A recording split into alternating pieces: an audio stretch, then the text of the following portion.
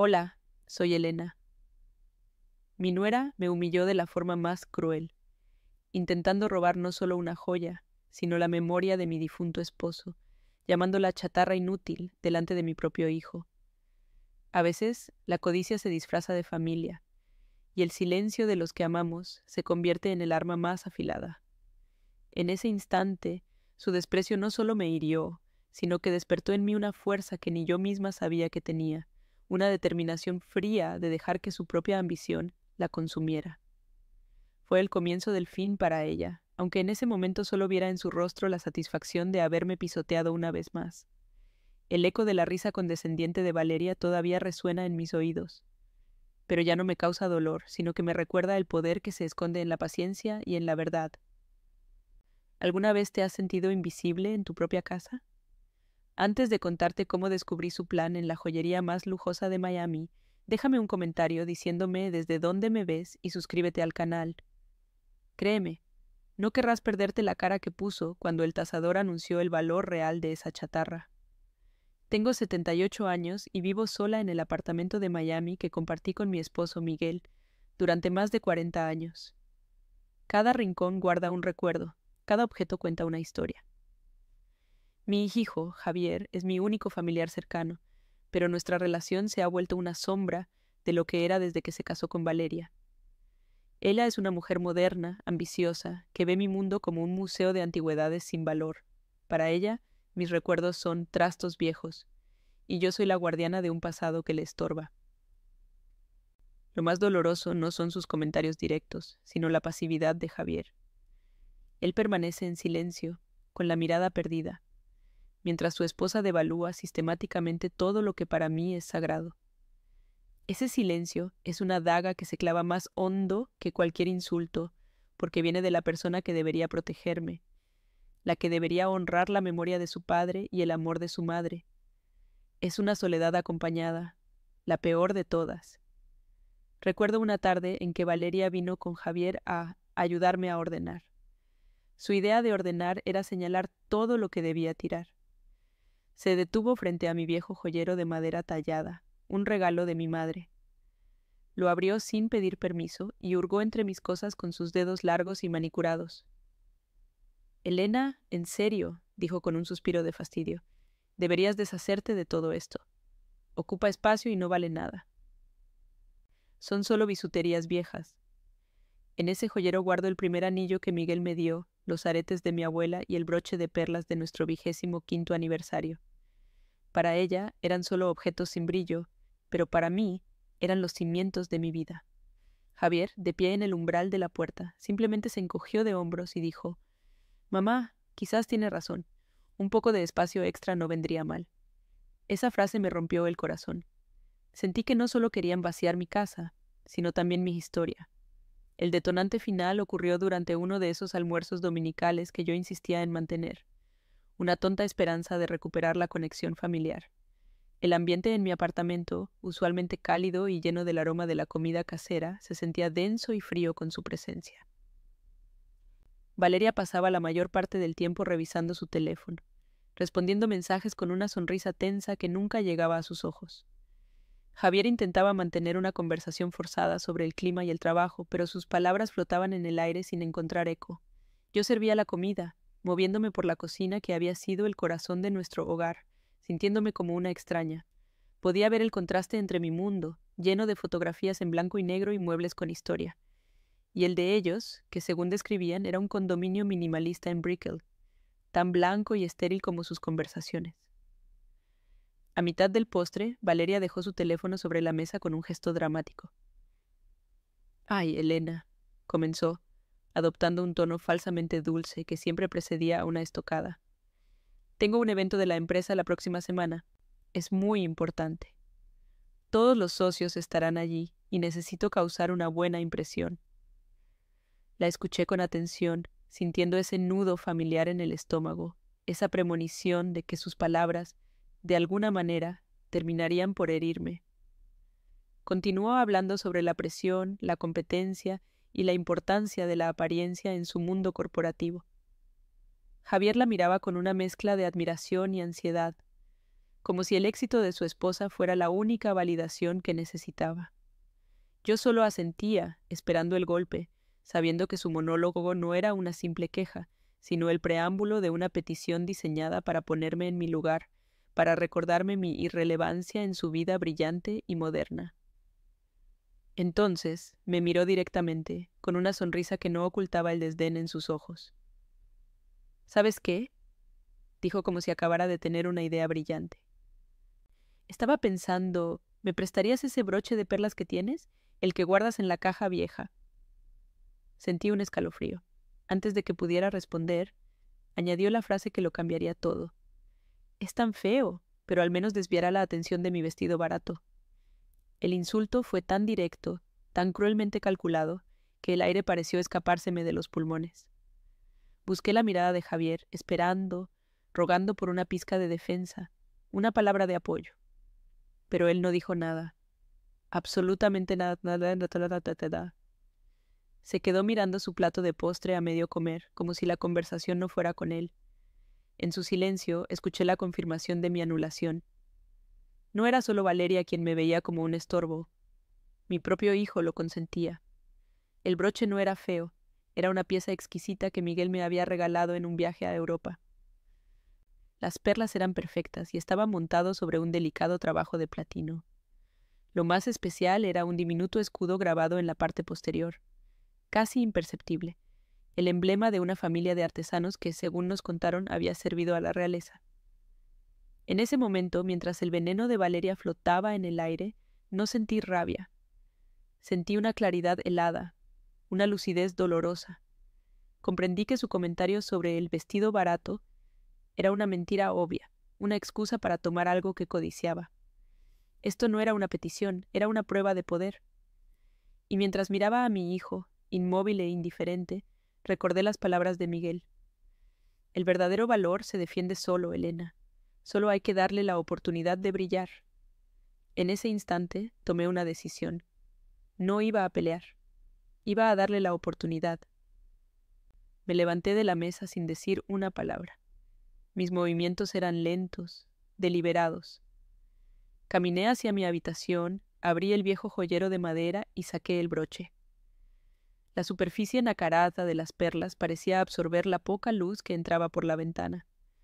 Regresé al comedor y con la mano firme se lo entregué a Valeria. No le dirigí la palabra, solo la miré a los ojos. Ella lo tomó con una sonrisa de triunfo mal disimulada, como una niña malcriada que consigue el juguete que quería. Gracias, Elena. Sabía que entenderías, dijo, guardándolo rápidamente en su bolso de diseñador. Creía que había ganado, que me había doblegado. Pensaba que yo era una anciana débil, sentimental y fácil de manipular. No tenía ni la más remota idea de que no me estaba rindiendo. Le estaba entregando la soga con la que ella misma se ahorcaría. Poco después se fueron. El sonido de la puerta al cerrarse resonó en el apartamento, dejándome en un silencio abrumador. Me acerqué al joyero y miré el hueco que había dejado el broche. No sentí tristeza ni pérdida, sino una extraña calma, una especie de expectación. Valeria se había ido creyendo que llevaba consigo un accesorio anticuado para un evento social.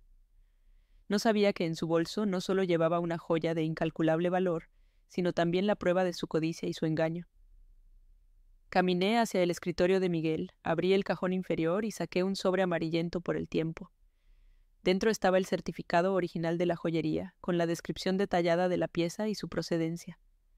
Lo sostuve en mis manos, sintiendo el peso del papel y de la verdad que contenía. La trampa estaba lista. Ahora solo tenía que esperar.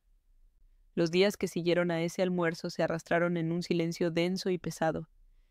Esperaba una llamada, un mensaje de texto, cualquier señal de mi hijo. Pero no llegó nada, ni un gracias mamá de Valeria, ni un ¿cómo estás? De Javier. El vacío que dejaron era más elocuente que cualquier palabra. Me sentía como un mueble viejo en mi propia casa, útil solo cuando necesitan algo de mí y completamente invisible el resto del timepo.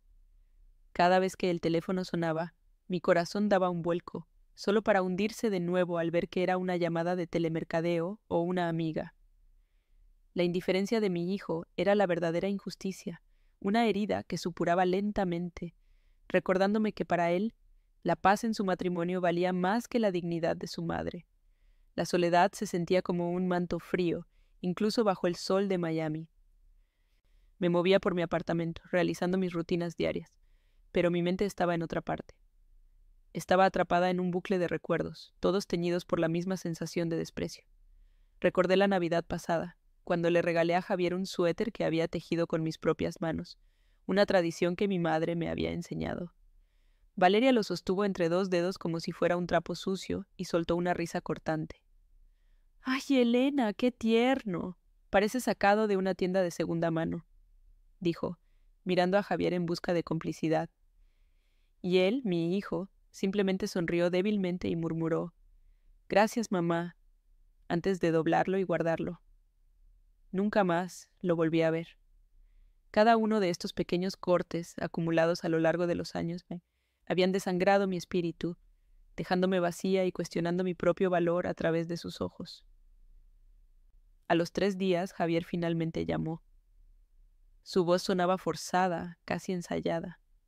No preguntó cómo estaba yo, ni mencionó el almuerzo. Fue directo al grano, con una alegría falsa que no le llegaba a la voz. «Hola, mamá. Solo llamaba para contarte que el evento de Valeria fue un éxito rotundo. Estaba espectacular».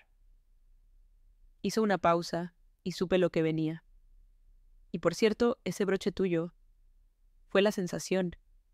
Todo el mundo le preguntó por él». Sentí como la sangre se me helaba en las venas. El evento, según Valeria, era la semana siguiente. La mentira era tan torpe, tan descarada, que me dejó sin aliento. Estaba participando activamente en el engaño de su esposa. No era solo un espectador pasivo, era su cómplice. Colgué el teléfono con una calma aterradora, sintiendo cómo el último vestigio de mi corazón de madre se convertía en hielo. Esa mentira fue el catalizador final. Cualquier duda que pudiera tener sobre las intenciones de Valeria se disipó, y la decepción que sentía por Javier se transformó en una determinación fría como el acero. Ya no se trataba solo de una humillación o de un broche, se trataba de una traición fundamental, un plan calculado para despojarme de algo que amaba, probablemente para venderlo y financiar su estilo de vida superficial. Miré el sobre amarillento sobre el escritorio de Miguel, el certificado de autenticidad dentro. Ya no era solo un pedazo de papel, era mi arma. Era la prueba tangible de la verdad contra su red de mentiras. Sentí una extraña oleada de poder. Ellos creían que yo era una anciana senil y fácil de engañar, y esa percepción errónea era mi mayor ventaja. Iba a dejar que siguieran creyéndolo hasta el final. Decidí que no podía seguir esperando pasivamente. Tenía que prepararme. Encendí el viejo iPad que Miguel me había regalado, susurrando un «Ayúdame, mi amor» al aire. Con los dedos un poco torpes, busqué el nombre de la joyería que figuraba en el certificado, Maison du Bois, una casa de alta joyería con una historia que se remontaba a la realeza europea. Luego, busqué las joyerías más prestigiosas de Miami. Nombres como Graff y Cartier aparecieron en la pantalla, con direcciones en el lujoso Design District y Bal Harbour. Apunté los nombres y números en una libreta, mi caligrafía temblorosa pero firme. Cada nombre que escribía era un paso más en el camino que yo misma estaba pavimentando para Valeria, un camino que la llevaría directamente a su propia perdición. Ya no era una víctima, era la arquitecta de su desenlace. Mientras investigaba no pude evitar imaginar la escena. Valeria, con su aire de superioridad, entrando en una de esas tiendas opulentas. Probablemente llevaría uno de sus bolsos de marca y miraría por encima del hombro al personal. Sacaría el broche, llamándolo una cosita vieja de la abuela de mi esposo, y preguntaría cuánto podría sacar por esa chatarra.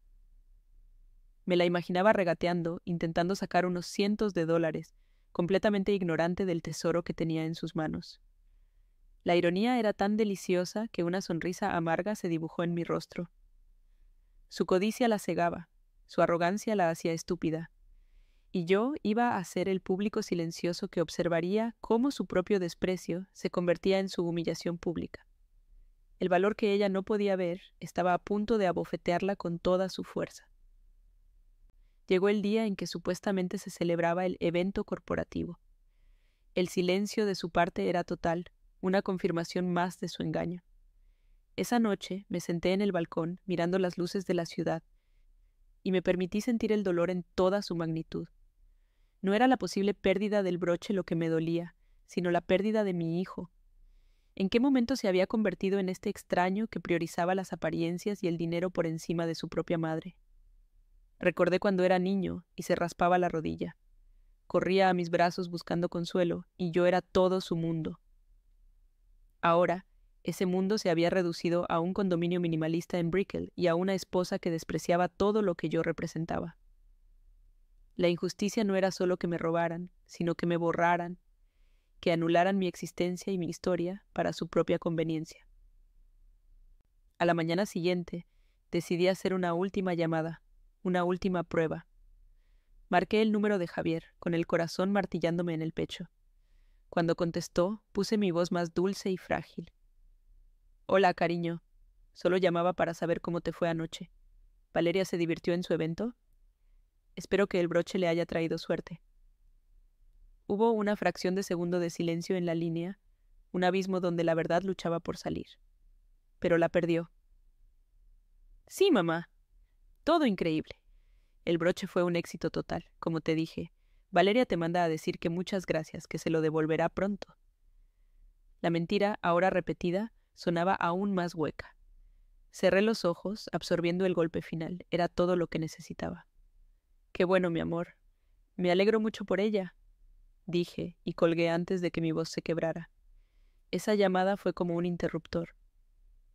La tristeza que me había anclado se evaporó, reemplazada por una claridad implacable. El lazo de esperanza que aún me unía a la imagen del hijo que amaba se rompió para siempre. En su lugar surgió un instinto protector feroz, no por el broche, sino por mí misma, por la memoria de Miguel, por la dignidad que se negaban a reconocerme. Me levanté, caminé con paso firme hacia el escritorio, tomé el sobre con el certificado y lo guardé en mi bolso. La fase de espera había terminado. Ya no iba a permitir que ellos dictaran el ritmo de esta dolorosa danza. Era mi turno de mover las piezas. Era mi turno de recordarles que la historia tiene peso y que la verdad, por muy vieja que sea, siempre encuentra la manera de brillar con más fuerza que el oro más nuevo. A la mañana siguiente me vestí con un esmero que no sentía en años. Elegí un vestido de lino azul, uno de los favoritos de Miguel, y me puse los discretos aretes de perlas que hacían juego con el broche.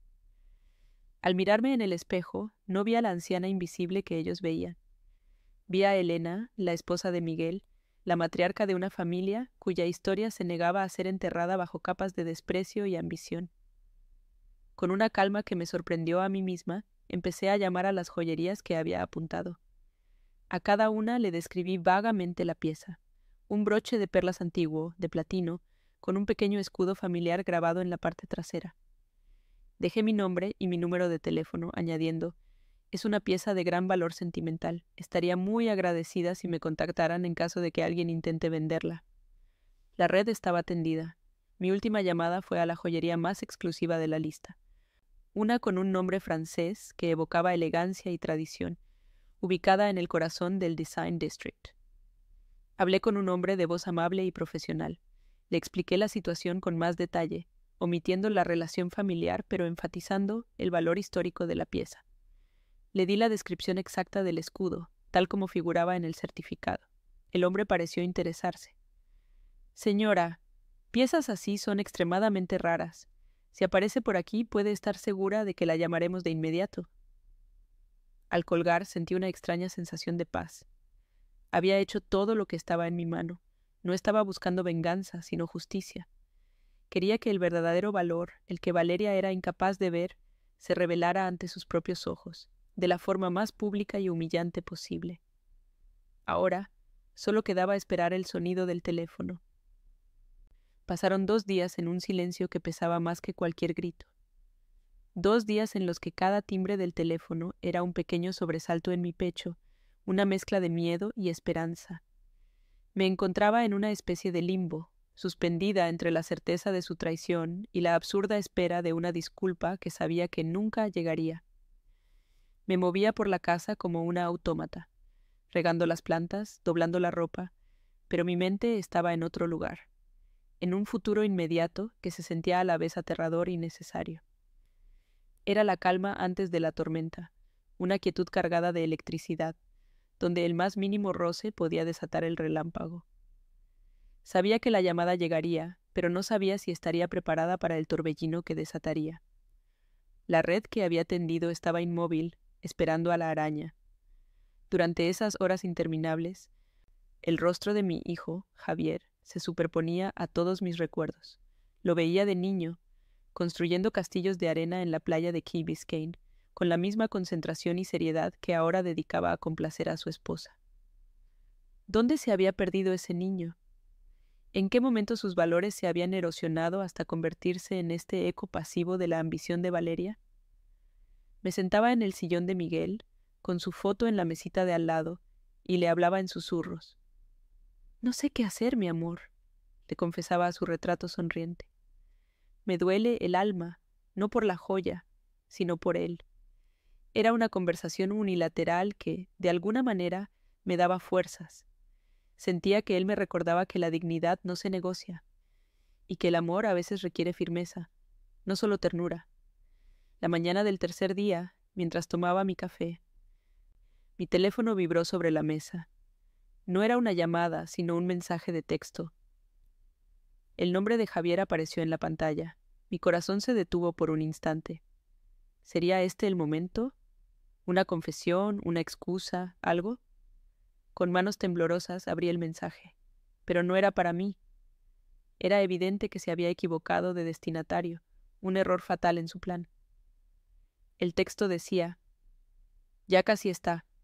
El tasador lo verá hoy. Un par de días más y nos libramos de esa chatarra y de las deudas. Te amo». Sentí que el suelo se abría bajo mis pies.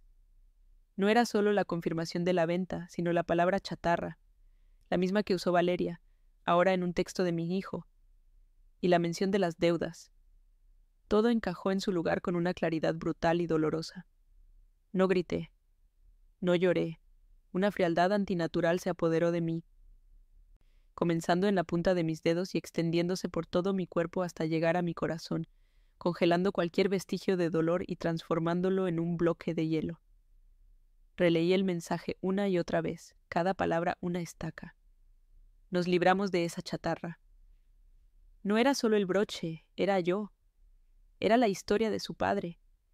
Era todo mi mundo lo que ellos consideraban chatarra, de la que necesitaban deshacerse. El te amo, al final, destinado a Valeria, era la firma de su pacto, un pacto sellado sobre la tumba de mi confianza y mi amor maternal. Guardé el teléfono en el bolsillo de mi delantal. Esa pequeña pantalla contenía ahora la prueba definitiva.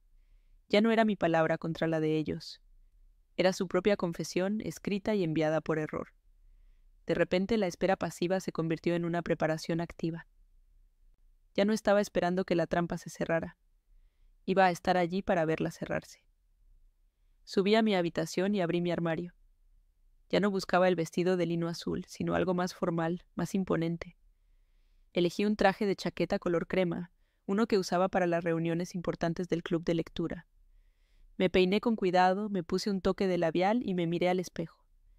La mujer que me devolvía la mirada no era una víctima. Sus ojos, aunque cansados, brillaban con una determinación inquebrantable. Era la matriarca que se negaba a ser borrada.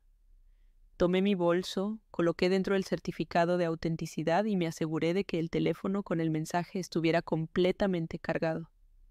Estaba lista. La tarde se alargaba, tiñendo el cielo de Miami de tonos anaranjados y púrpuras. Me senté junto a la ventana, no mirando el paisaje, sino escuchando el silencio. El mensaje de Javier había cambiado las reglas del juego. Ahora sabía que no estaban esperando a un evento inexistente. Estaban actuando en ese mismo instante. La palabra hoy resonaba en mi cabeza. El tasador lo verá hoy. Mi plan de esperar una llamada de las joyerías se sentía de pronto demasiado lento, demasiado reactivo. Un impulso me hizo tomar el teléfono. Busqué el número de la joyería más exclusiva, la del Design District. Dudé un segundo. ¿Debía llamar yo? ¿Interrumpir mi propio plan? La impaciencia luchaba contra la estrategia. Decidí esperar 1 hora más. Solo una. Si no había noticias, tomaría la iniciativa.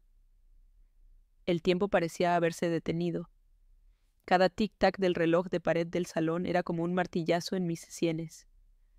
Imaginaba a Valeria en ese momento, sentada frente a un experto, desplegando su encanto falso, contando alguna historia inventada sobre la herencia de la abuela.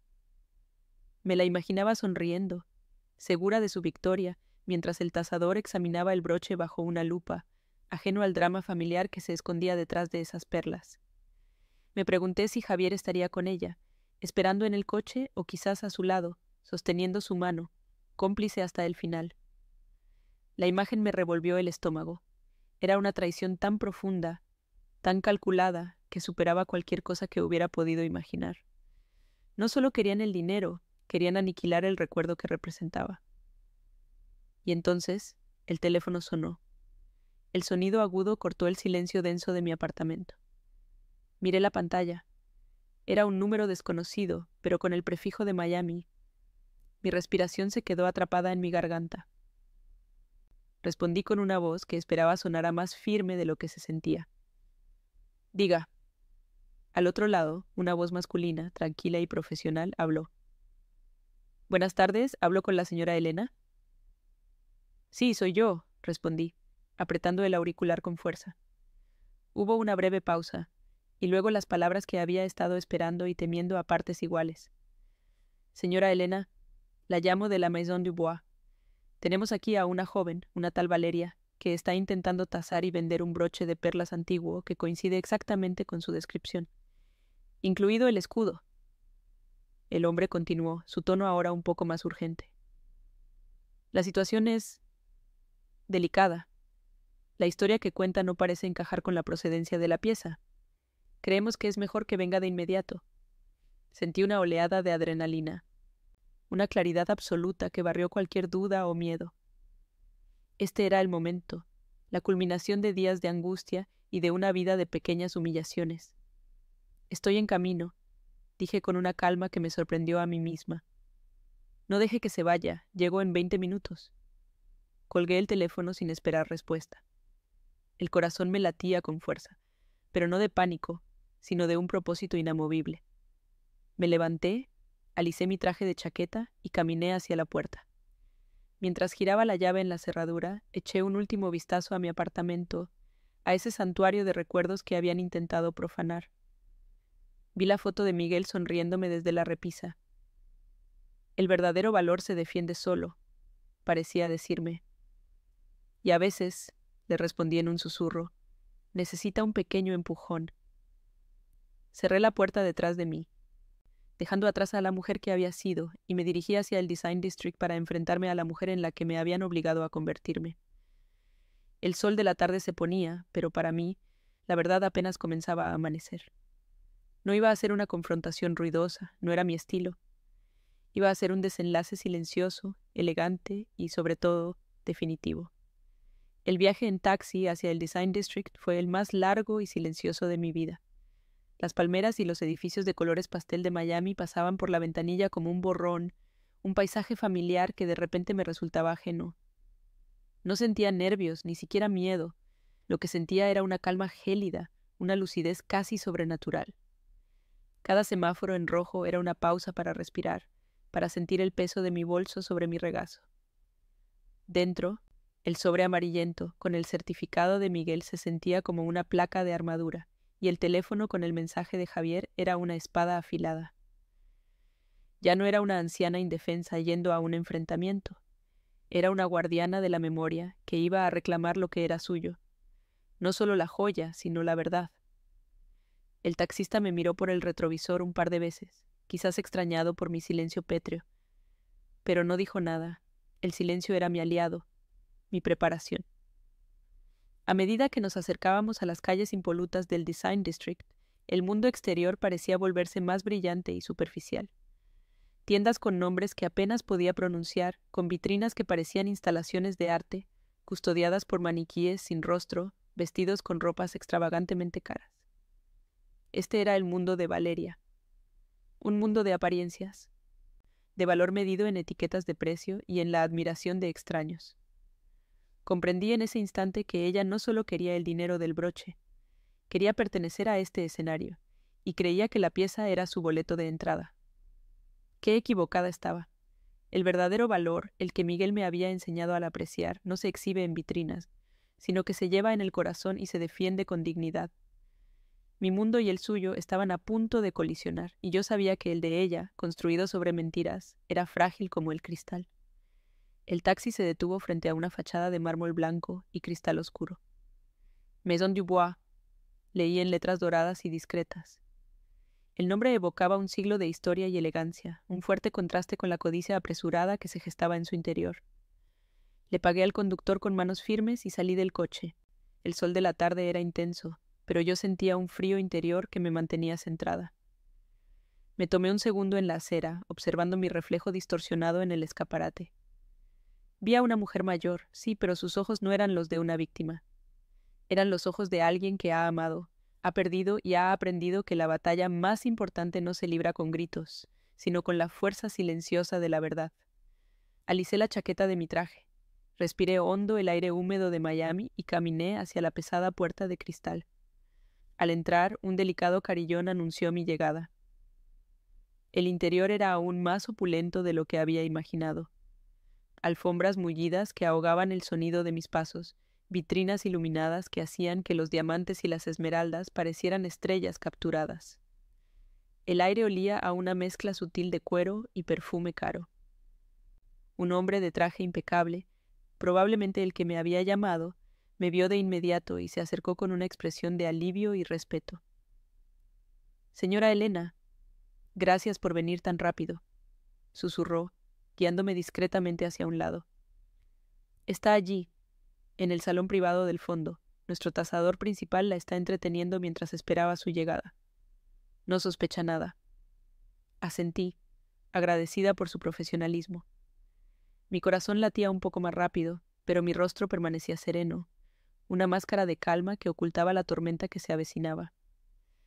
Desde mi posición, oculta parcialmente por una columna de mármol, pude verla. Valeria estaba sentada en un elegante sillón de terciopelo, con una copa de champán en la mano, riendo de algo que decía el tasador. Llevaba un vestido ajustado y su bolso de diseñador descansaba en el asiento a su lado. Se veía completamente a gusto, como si ese fuera su hábitat natural. En la mesita de centro, sobre un paño de terciopelo negro, descansaba mi broche. Las perlas brillaban bajo la luz de los focos, ajenas al drama que las rodeaba. Verla allí, tan arrogante y segura de sí misma, bebiendo champán mientras intentaba vender un pedazo del alma de mi familia, borró cualquier atisbo de duda o compasión que pudiera quedarme. Esto no era un error, no era un acto de desesperación, era un acto de puro desprecio. El hombre del traje me miró, esperando mi señal. Antes de avanzar saqué mi teléfono del bolso. Con un par de toques reenvié el mensaje de Javier a mi propio número, creando una copia de seguridad. Luego, abrí la galería de fotos y seleccioné una imagen de Miguel y yo en nuestra boda de plata. Él me estaba poniendo el broche en el vestido. La imagen era un poco descolorida por el tiempo, pero la alegría en nuestros rostros era nítida. Guardé el teléfono. Estaba lista.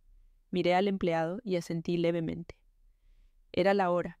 Él entendió perfectamente, se enderezó y caminó con paso decidido hacia el salón privado, dejándome a mí seguirlo a una distancia prudente. Cada paso sobre la alfombra era un redoble de tambor en mi cabeza, marcando el final de la farsa. «Señor Dubois», dijo el empleado con voz clara y firme, interrumpiendo la conversación. «Disculpe la interrupción. La propietaria legítima de la pieza ha llegado». La sonrisa de Valeria se congeló en su rostro. Se giró lentamente en su sillón, su expresión pasando de la confusión a la incredulidad y luego al pánico puro cuando sus ojos se encontraron con los míos. El color desapareció de su cara, dejándola con una palidez cerosa que ni su costoso maquillaje podía ocultar. La copa de champán tembló en su mano, derramando unas gotas doradas sobre la alfombra. El tasador, un hombre mayor de aspecto distinguido, se levantó de inmediato, su rostro una mezcla de sorpresa y profesionalismo. El silencio en la sala se volvió pesado, denso, cargado de todo lo que no se había dicho durante años. Caminé los últimos pasos que me separaban de ella, mi mirada fija en la suya. No había odio en mis ojos, solo una profunda y helada decepción. Me detuve junto a la mesa, al lado del broche. Mi broche. Lo miré por un instante, y luego volví a mirarla a ella. Su boca se abría y cerraba como la de un pez fuera del agua, pero no salía ningún sonido. Toda su arrogancia, toda su confianza se había desvanecido, dejando al descubierto a una mujer pequeña y asustada, atrapada en su propia red de mentiras. No necesitaba decir una palabra. Mi presencia en esa lujosa joyería, de pie y serena, era una acusación más poderosa que cualquier grito. El escenario estaba listo, los actores en su lugar, y el telón estaba a punto de levantarse para el acto final. El tasador, recuperando la compostura, carraspeó. «Señora», comenzó, mirándome con una mezcla de curiosidad y respeto. «Esta joven nos ha informado que la pieza es una herencia familiar que deseaba tasar para fines de seguro. La mentira era tan pulcra, tan ensayada, que casi sonaba plausible. Valeria seguía paralizada, su mirada saltando de mí al broche y de vuelta a mí, como un animal atrapado. Ignoré su pánico y me dirigí al tasador con una voz tranquila y clara, una voz que no había usado en mucho tiempo, la voz de la matriarca de mi familia. «Le agradezco su profesionalismo, señor, pero creo que hay un terrible malentendido. Este broche no es para tasar», dije, haciendo una pausa deliberada mientras todos en la sala contenían la respiración. «Es para reportar un intento de robo». El silencio que siguió a mis palabras fue absoluto. Valeria soltó un pequeño gemido ahogado, el sonido de su mundo derrumbándose. Me incliné y tomé el broche del paño de terciopelo. Su peso familiar en mi mano se sintió como una victoria, como la restauración del orden. Lo sostuve a la luz, las perlas parecían brillar con una nueva intensidad, como si también ellas estuvieran aliviadas de haber sido rescatadas de la oscuridad. Luego, con la misma calma, saqué el sobre amarillento de mi bolso y lo coloqué sobre la mesa. «Y aquí», añadí, mirando directamente a los ojos aterrorizados de Valeria, «tengo el certificado original que prueba no solo mi propiedad, sino también el valor que usted, querida, fue incapaz de ver». La trampa se había cerrado, y ella estaba justo en el centro. El tasador, un hombre de cabellos plateados y modales impecables, tomó el sobre que yo le ofrecía. Sus ojos, acostumbrados a examinar gemas de valor incalculable, se posaron en mi rostro por un instante, buscando una confirmación, y luego se dirigieron al documento. Valeria, por su parte, pareció despertar de su estupor con una sacudida. «¡Esto es ridículo!», siseó. Su voz un instrumento desafinado de pánico y rabia. «Ella está senil, no sabe lo que dice. Ese broche me lo regaló, es mío». Intentó levantarse, quizás para arrebatarme la joya o el certificado, pero sus piernas parecieron fallarle y se dejó caer de nuevo en el sillón de terciopelo. Su máscara de sofisticación se había hecho añicos, revelando el rostro feo y desesperado de la codicia acorralada. El empleado que me había recibido se mantuvo a una distancia prudente, pero su postura era la de un guardián, listo para intervenir. La atmósfera lujosa de la tienda se había cargado de una tensión casi insoportable. Con una delicadeza casi quirúrgica, el señor Dubois extrajo el certificado del sobre. El papel, amarillento y frágil por los años, contrastaba brutalmente con el brillo moderno de la joyería. Lo alisó sobre la mesa de cristal, sus dedos expertos recorriendo las líneas de caligrafía y los sellos oficiales. Pude ver el momento exacto en que sus ojos reconocieron el emblema de la casa de artesanos, el mismo que estaba grabado en la parte posterior del broche. Levantó la vista hacia la joya, luego de nuevo al papel, y una expresión de profundo entendimiento y respeto se dibujó en su rostro. No era solo un papel viejo, era la crónica de una pieza de historia. Un linaje que Valeria, en su ignorancia, había confundido con bisutería. Cada segundo que el tasador pasaba en silencio, examinando la prueba, era un clavo más en el ataúd de la mentira de mi nuera. Ella lo sabía. Podía verlo en la forma en que su respiración se volvía más superficial, más rápida. «Miente. Todo es una mentira para hacerme daño». gritó Valeria, su voz ahora estridente, rompiendo la sagrada quietud del lugar. Siempre me ha odiado. Está celosa de mí, de mi vida con Javier. Se está inventando todo esto para humillarme. Sus acusaciones flotaron en el aire, tan vacías y desesperadas que resultaban patéticas. Nadie en la sala se movió. Nadie le creyó. Su histeria solo servía para confirmar su culpabilidad. Yo permanecí en silencio, dejando que sus palabras se estrellaran contra el muro de mi calma. No necesitaba defenderme. La verdad estaba allí, sobre la mesa, impresa en tinta desvaída y grabada en platino. Miré a Valeria, no con odio, sino con una lástima inmensa y distante. Se había convertido en una caricatura de sí misma, una mujer consumida por una ambición tan ciega que ni siquiera podía reconocer el tesoro que había intentado robar. El señor Dubois finalmente levantó la vista del certificado. Su expresión era grave.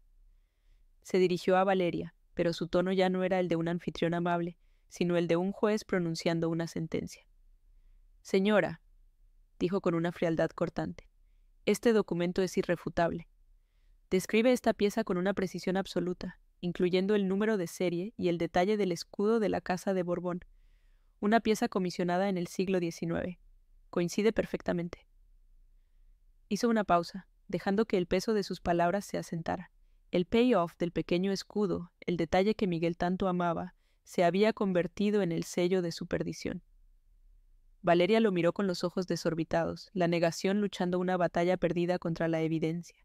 El mundo que había construido con tanto esmero, un mundo de apariencias y estatus prestado, se estaba desmoronando frente a sus ojos. Y todo por un pequeño grabado que ella ni siquiera había notado. Pero aún no había terminado. Quería que entendiera la magnitud de su desprecio, que viera su propia mezquindad reflejada en sus propias palabras. Con movimientos lentos y deliberados, saqué mi teléfono del bolso. Lo desbloqueé y busqué el mensaje de Javier. Sin decir una palabra, se lo mostré al señor Dubois. «Ya casi está. El tasador lo verá hoy, un par de días más, y nos libramos de esa chatarra y de las deudas. Te amo». El tasador leyó el texto, y una sombra de puro disgusto cruzó su rostro. No me miró a mí, sino a Valeria, y en su mirada vi el desprecio que ella siempre me había mostrado a mí, devuelto con creces. El círculo se estaba cerrando. La palabra chatarra, susurrada en la intimidad de su engaño, ahora resonaba en el silencio de esa opulenta sala, exponiendo no solo su codicia, sino la crueldad de su corazón y la complicidad de mi propio hijo. El señor Dubois se aclaró la garganta, su voz ahora resonando con la autoridad de un experto que está a punto de revelar una verdad monumental. Se giró hacia Valeria, que parecía haberse encogido en el sillón, y dijo las palabras que cambiarían todo para siempre. «Señora, usted trajo esta pieza aquí, llamándola una cosita vieja, esperando obtener unos cuantos miles de dólares por ella. Lo que usted considera chatarra», dijo, pronunciando la palabra con un énfasis helado, «es en realidad una pieza de museo, un broche de perlas naturales del Mar del Sur y platino, encargado por la realeza española. Su valor de tasación actual para fines de seguro es de $250,000. La cifra quedó suspendida en el aire, vibrando. Cada cero un eco de su ignorancia y su avaricia. $250,000. El precio de su traición. La reacción de Valeria fue instantánea y dramática. Un sonido gutural, una mezcla entre un sollozo y un grito ahogado, escapó de sus labios. Sus ojos, fijos en el tasador, se abrieron hasta un punto casi inhumano, llenos de una conmoción tan profunda que parecía haberle robado el alma. Su rostro, ya pálido, adquirió un tono grisáceo, enfermizo. La mano que sostenía la copa de champán vacía se abrió, y el cristal cayó sobre la alfombra con un ruido sordo. Luego, como una marioneta a la que le cortan los hilos, su cuerpo se venció.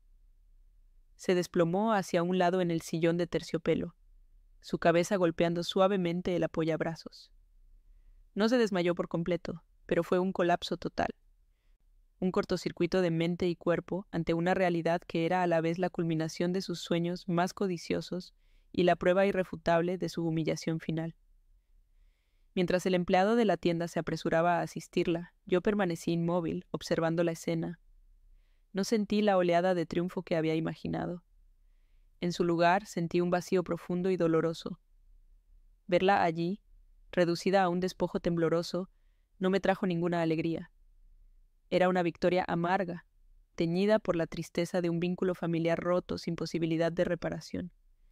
Había recuperado mi broche, había defendido la memoria de mi esposo, pero en el proceso había perdido definitivamente al hijo que crié. La mujer derrumbada en ese sillón no era solo una extraña codiciosa, era la esposa de Javier, la mujer por la que él había elegido darme la espalda. Y en su caída arrastraba consigo los restos de mi familia. La justicia, a veces, tiene un sabor a ceniza. El señor Dubois, con una eficiencia discreta, se encargó de la situación. Murmuró algo al empleado, quien ayudó a una Valeria balbuceante y desorientada a ponerse de pie. «Creo que es mejor que se retire, señora», le dijo el tasador, su voz sin rastro de simpatía. No era una sugerencia, era una orden. La escoltaron hacia la salida como a una ladrona común, su bolso de diseñador colgando inútilmente de su brazo. Pasó junto a mí sin mirarme, con la vista perdida, su rostro una máscara de vergüenza y shock. La vi desaparecer a través de la puerta de cristal, una figura patética saliendo de un mundo al que nunca perteneció y al que ahora nunca podría volver. Las vitrinas brillantes, llenas de joyas perfectas, parecían observarla con fría indiferencia. Su intento de unirse a su brillo había terminado en la más oscura de las sombras.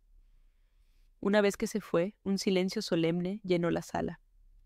El señor Dubois se acercó a mí con el broche descansando sobre el paño de terciopelo. «Señora Elena», dijo con un respeto genuino, «lamento profundamente que haya tenido que pasar por esto. Esta es una pieza magnífica, un verdadero tesoro». Tomé el broche con cuidado. Su peso en mi mano era el mismo de siempre, pero ahora se sentía diferente. Se sentía más pesado, cargado con el peso de la batalla que acababa de librar. «Gracias», le dije, mi voz apenas un susurro. «Usted no solo ha recuperado una joya, ha restaurado una historia». Él asintió comprensivamente. Coloqué el broche con cuidado en un bolsillo interior de mi bolso, junto al certificado y al teléfono. Mis 3 armas en esta guerra silenciosa. Me sentía agotada, pero también íntegra, como si una pieza de mi alma que había estado perdida hubiera regresado a su lugar. Salí de la Maison Dubois y volví a la brillante luz del sol de Miami. El aire cálido en mi rostro se sintió como una caricia, como si el mundo exterior me diera la bienvenida de vuelta después de un largo y oscuro viaje. Me quedé un momento en la acera, viendo el ajetreo de la gente elegante y los coches de lujo, pero ya no me sentía intimidada por ese mundo. Había entrado en el corazón de su opulencia y había salido con mi dignidad intacta. No sabía qué pasaría a continuación, qué llamada recibiría de mi hijo o si volvería a verlo. Pero por primera vez en mucho tiempo, no tenía miedo. Sosteniendo mi bolso con fuerza, comencé a caminar.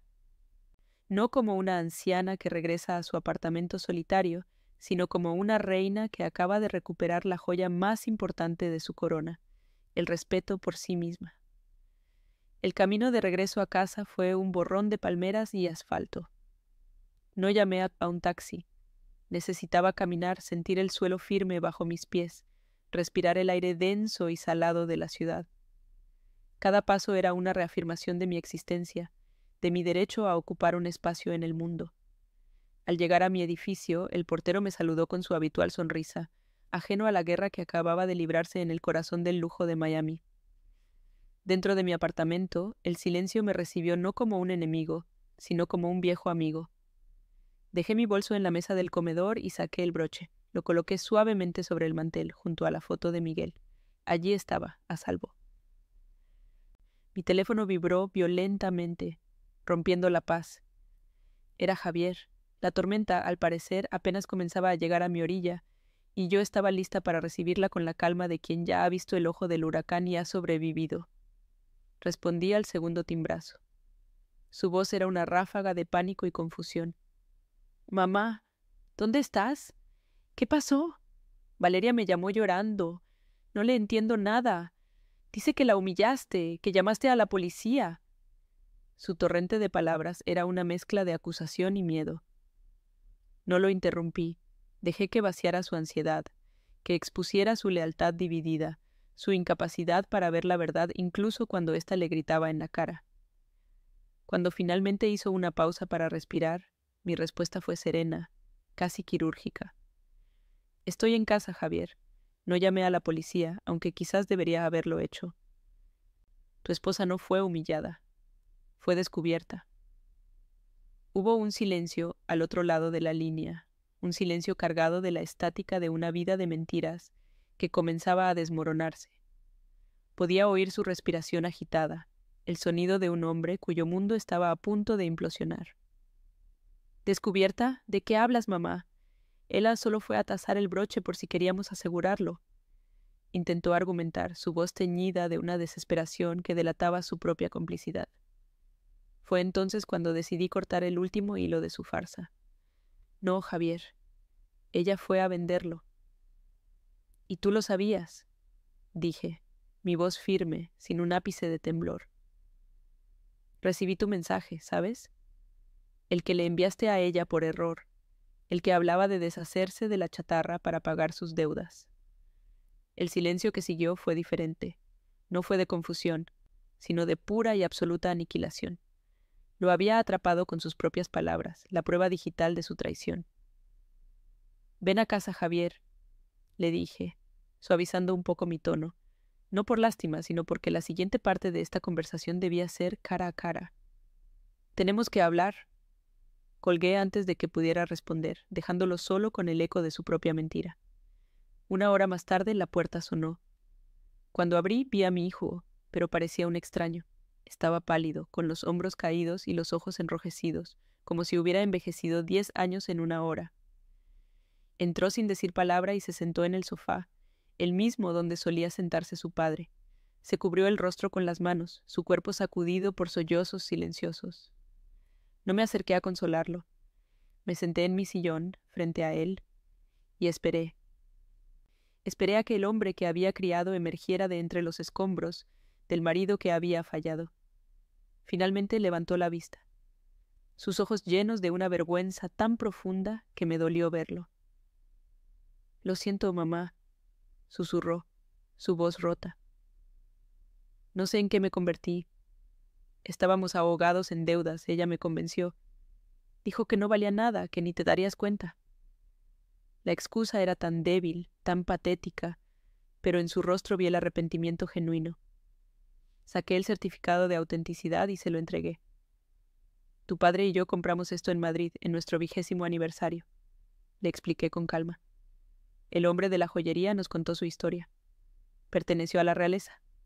Tu padre estaba fascinado con el pequeño escudo. Decía que representaba la historia, la permanencia, cosas que el dinero no puede comprar. Javier tomó el papel con manos temblorosas, leyendo la descripción, viendo la cifra de la tasación. Vi el entendimiento amanecer en su rostro, la comprensión no solo del valor monetario, sino del valor sentimental que había estado dispuesto a desechar. Valeria te hizo creer que mi amor, que la memoria de tu padre, era chatarra. Y tú, Javier, tú le creíste. No era una acusación, era un hecho. Y pesaba más que cualquier reprimenda. Se quedó mirando el papel, las lágrimas cayendo sobre la historia de un amor que él había traicionado. Me contó el resto. Cuando Valeria llegó a su casa, histérica y derrotada, intentó culparme, pero la historia no se sostenía. Al ser confrontada con el mensaje de texto, se derrumbó. Confesó todo, las deudas de tarjetas de crédito por un estilo de vida que no podían permitirse, el plan de vender el broche y mentirme diciendo que lo había perdido. El evento corporativo nunca existió. Su mundo de apariencias, de bolsos de diseñador y cenas en restaurantes caros, era un castillo de naipes construido sobre una montaña de deudas. La venta del broche era su solución desesperada, su intento de mantener a flote una fantasía a costa de mi corazón. Javier me lo contó todo con una voz monótona, como si estuviera leyendo el obituario de su propio matrimonio. La relación entre ellos, basada en la superficialidad y el engaño, No había sobrevivido al impacto de la verdad. Estaba rota, irrevocablemente. Javier se quedó en mi apartamento esa noche, durmiendo en su antigua habitación. A la mañana siguiente me dijo que se iba a un hotel por unos días para pensar. Valeria había empacado algunas cosas y se había ido a casa de una amiga. Su matrimonio estaba en ruinas y él tendría que decidir si valía la pena intentar salvar algo de los escombros. Antes de irse, se detuvo en la puerta y me miró. «Perdóname, mamá, no por el broche, sino por todo lo demás, por cada vez que me quedé callado». Asentí, aceptando su disculpa, pero ambos sabíamos que la confianza, una vez rota, tarda mucho en sanar. La puerta se cerró detrás de él, y por primera vez en años, el silencio en mi apartamento no se sintió como soledad, sino como paz. Una paz ganada a un costo muy alto, pero paz al fin y al cabo. Esa tarde, tomé el broche de perlas y no lo guardé en el viejo joyero. En cambio, lo coloqué en una pequeña vitrina de cristal que tenía en la sala, justo al lado de la fotografía de mi boda con Miguel. Ya no era un recuerdo escondido, sino un monumento, un recordatorio de que el verdadero valor no se mide en dólares, sino en historia, en amor y en la dignidad con la que defendemos ambas cosas. Allí, bajo la luz suave de la lámpara, las perlas brillaban con una luz propia, no como un objeto de lujo, sino como un faro de resiliencia. No sé qué deparará el futuro para Javier y para mí, pero sé que he recuperado mi voz. Y he aprendido que a veces la batalla más importante es la que libramos en silencio, permitiendo que la verdad se defienda sola, dándole simplemente la oportunidad de brillar. Mi vida continuó. Los domingos volvieron a ser tranquilos, llenos del aroma del café y el sonido de la música clásica. Javier llama todas las semanas. Nuestras conversaciones son cuidadosas, tentativas, los primeros pasos en un largo camino hacia la reconstrucción. Me contó que él y Valeria se divorciaron. Ella se mudó a otra ciudad, buscando un nuevo comienzo, lejos de la humillación de su fracaso. Él está pagando las deudas, trabajando horas extras, tratando de reconstruir su vida sobre una base más honesta. A veces, cuando miro el broche en su vitrina, no siento ni amargura ni triunfo. Siento una calma profunda. He protegido el legado de mi esposo y, en el proceso, me he reencontrado a mí misma. Soy Elena, una mujer de 78 años que vive en Miami, y mi casa ya no es un museo de trastos viejos, sino el santuario de una historia que se negó a ser borrada. Lo que viví en esa joyería no fue solo la recuperación de una joya, sino la recuperación de mi propia voz. Me enseñó que el verdadero valor no está en el precio que alguien le pone a tus cosas, sino en la historia que tú sabes que contienen. Durante años permití que el desprecio de Valeria me hiciera sentir pequeña, anticuada, como si mis recuerdos fueran polvo en un mundo que solo valora lo nuevo y brillante. Pero ese día entendí que la ignorancia ajena no puede devaluar lo que es auténtico. A veces, la mayor injusticia no es que te roben algo material, sino que intenten robarte el sentido de tu propia valía. Y la mayor victoria es recordar justo a tiempo que tú eres la única tasadora de tu propia alma, y que tu valor es incalculable, sin importar cuántas veces te llamen chatarra. Aprendí también sobre el poder del silencio. Mi silencio frente a la humillación no fue una señal de debilidad, como ella creyó. Fue un espacio que le ofrecí para que revelara la verdadera dimensión de su codicia. A veces, la mejor respuesta a la agresión no es un grito, sino un paso atrás. Es permitir que la gente se enrede en sus propias mentiras, que su propia ambición los ciegue hasta el punto de no ver el precipicio que tienen delante. Si estás pasando por una situación en la que te sientes invisible, donde tus palabras no son escuchadas, recuerda que el silencio puede ser tu mayor aliado. No es rendición, es estrategia. Es la calma que precede a la tormenta que ellos mismos desatarán sobre sus cabezas, mientras tú observas, firme en tu verdad, esperando el momento justo para que la justicia hable por sí sola. Esta experiencia me dejó una lección dolorosa sobre la familia. Un lazo de sangre no garantiza la lealtad ni el respeto. Vi a mi propio hijo permitir que su madre fuera borrada, anulada, por mantener la paz en su matrimonio. Y aunque el camino hacia el perdón ha comenzado, la confianza es un cristal muy frágil. Reconstruirla requiere más que disculpas. Requiere acciones, tiempo y la certeza de que la lección ha sido aprendida. Para quienes han sentido la daga de la traición de un ser querido, sé que el dolor es profundo, pero también sé que nuestro amor propio no puede depender de la validación de otros, ni siquiera de nuestros hijos. A veces, amarlos significa mostrarles con firmeza el límite donde su debilidad no puede seguir hiriéndonos. Nunca dejes que nadie, absolutamente nadie, te haga sentir que tu historia no importa. Vivimos en una cultura que idolatra la juventud y descarta la experiencia como si fuera un producto caducado. Nos llaman anticuados, nos dicen que nuestras cosas son viejas, que nuestras formas de ver la vida ya no aplican. Pero nuestros recuerdos, nuestras cicatrices, las lecciones aprendidas a lo largo de décadas, esa es la verdadera riqueza. El broche de perlas era valioso no por su precio, sino porque contenía décadas de amor, viajes y promesas cumplidas. Tu vida es tu joya más preciada. No permitas que la visión superficial de otros te convenza de guardarla en un cajón. Lúcela con orgullo, porque su brillo es el reflejo de todo lo que has superado. La caída de Valeria en esa tienda me enseñó que la codicia tiene un precio muy alto y casi nunca es monetario. Ella se desmayó no solo por los $250,000 que perdió, sino por el colapso de su identidad. Su valor estaba enteramente depositado en lo externo, la marca de su bolso, la apariencia de su vida, el estatus que creía merecer. Al ser despojada de su mentira, se quedó sin nada. Se vio a sí misma como realmente era, vacía. El verdadero tesoro, el que yo defendía, era intangible. Era el amor de mi esposo, la integridad de nuestra historia, el respeto por mí misma. Y eso, querido público, es algo que ninguna joyería puede tasar y ningún ladrón puede robar, a menos que tú se lo permitas.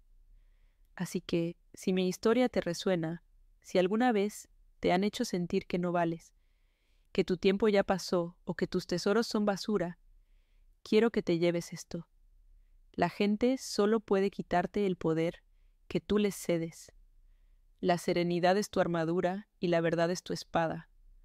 No necesitas gritar para ganar una batalla. A veces, solo necesitas saber quién eres, mantenerte firme y esperar. La vida tiene una forma muy curiosa de poner a cada uno en su lugar.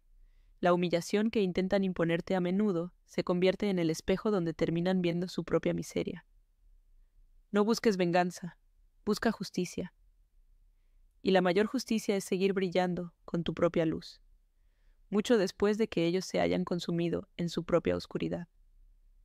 Mi viaje ha sido doloroso, pero me ha devuelto a mí misma. Ya no soy la sombra silenciosa en mi propio hogar. Soy la guardiana de un legado, y esa es una responsabilidad que ahora llevo con orgullo. Si has llegado hasta aquí, es porque probablemente entiendes de lo que hablo. Me encantaría leer tu historia en los comentarios. Cuéntame, ¿alguna vez has tenido que defender el valor de algo o de alguien que amas? Saber que no estamos solos en estas batallas nos da una fuerza inmensa. Y antes de irte, suscríbete al canal y activa las notificaciones. Juntos podemos seguir compartiendo historias que nos recuerden que el verdadero valor, el que realmente importa, nunca, jamás pasa de moda.